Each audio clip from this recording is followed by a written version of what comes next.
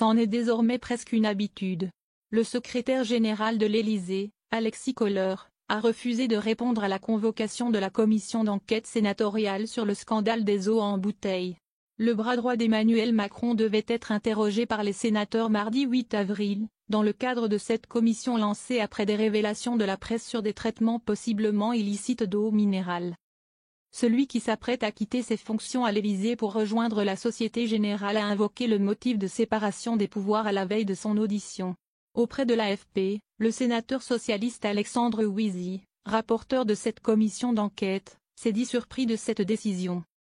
Déjà des échanges avec l'Élysée. Cela ne correspond pas à l'esprit qui était celui des échanges qu'on a eus avec l'Élysée, regrette Alexandre Wizy, rappelant que la présidence de la République a accepté de livrer des documents à cette commission d'enquête. Je ne vois pas en quoi le fait de nous envoyer des documents ne serait pas couvert par le principe de séparation des pouvoirs et pourquoi le fait de venir en audition le serait. C'est une incohérence, ajoute-t-il sans vouloir s'avancer sur d'éventuelles poursuites judiciaires postérieures à ce refus. Selon une ordonnance du 17 novembre 1958, toute personne dont une commission d'enquête a jugé l'audition utile est tenue de déférer à la convocation qui lui est délivrée. La personne qui ne comparaît pas ou refuse de déposer ou de prêter serment devant une commission d'enquête est passible de 2 ans d'emprisonnement et de 7 500 € d'amende.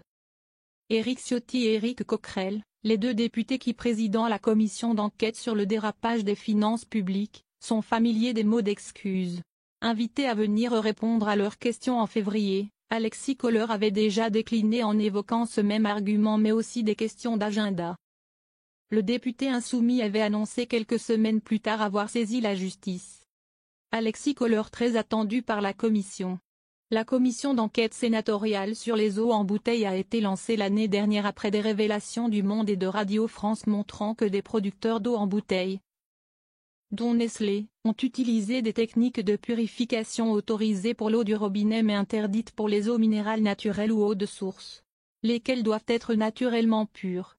L'audition d'Alexis Kohler était d'autant plus attendue qu'en février, de nouvelles révélations ont évoqué une rencontre entre des représentants de Nestlé et le secrétaire général de l'Élysée.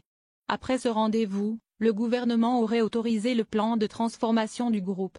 Ce plan consiste à retirer les traitements non conformes, filtres à charbon et UV, et à les remplacer par une microfiltration à 0,2 microns dont la légalité a fait l'objet de nombreuses auditions de la commission.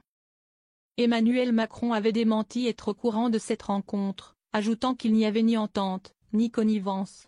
Nestlé a de son côté démenti avoir exercé une forme de lobbying.